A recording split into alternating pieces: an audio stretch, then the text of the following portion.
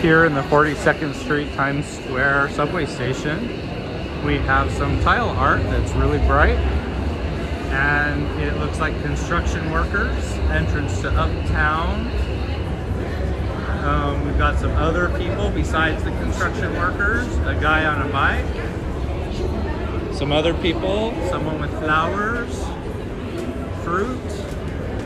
Even a don't walk sign. So if you like cool tile art, come to the 42nd Street subway station and enjoy.